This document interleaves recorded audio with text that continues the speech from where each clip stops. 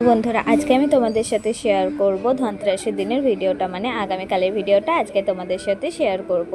দেখতে পাচ্ছ তোমার প্রদীপ দেবো বলে প্রদীপগুলোকে রেডি করে নিচ্ছিলাম। আর আমি কিন্তু এখানে যখন এসেছি তখন থেকে একটা মামিমার কাছে থাকতাম, তো সেই মামিমাটা দেখে দেখে এরকমভাবে আমি কিন্তু দিই।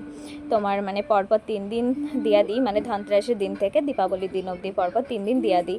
আর 3 দিনে মানে প্রথম দিন যে মানে আর কি তোমার দিয়া দিই, তো সেই তুলনাতে পরপর একটু বাড়তে বাড়তে মানে তোমার দীপাবলির দিন একটু বেশি করে দিই। তো আমার তো এখন দেখো তোমার প্রদীপগুলোকে সাজানো হয়ে গিয়েছে, আর এখানে আমার ছেলে বসে বসে আমার সাথে গল্প করছিল। আর দিয়াগুলোকে যখন সাজাচ্ছিলাম তখন ও কিন্তু বসে বসে দেখছিল, কারণ ওর এগুলো দেখতে এবং তো ভালো লাগে। আর সকাল থেকে বলছিল মামা যখন দেবে তখন আমাকে কিন্তু ডাকবে, তো তাই আগেই দিয়ে দিলাম, কারণ এখন টিউশন পড়াতে আসবে, তো ওর দেখতে পাবে না আমার ছেলে, তো সে কারণে কিন্তু আমি একটু আগে আগে দিয়ে দিয়েছি। আর প্রতিটা ঘরের মুখে মুখে কিন্তু আজকে সন্ধ্যের বাতি দিয়ে দিলাম।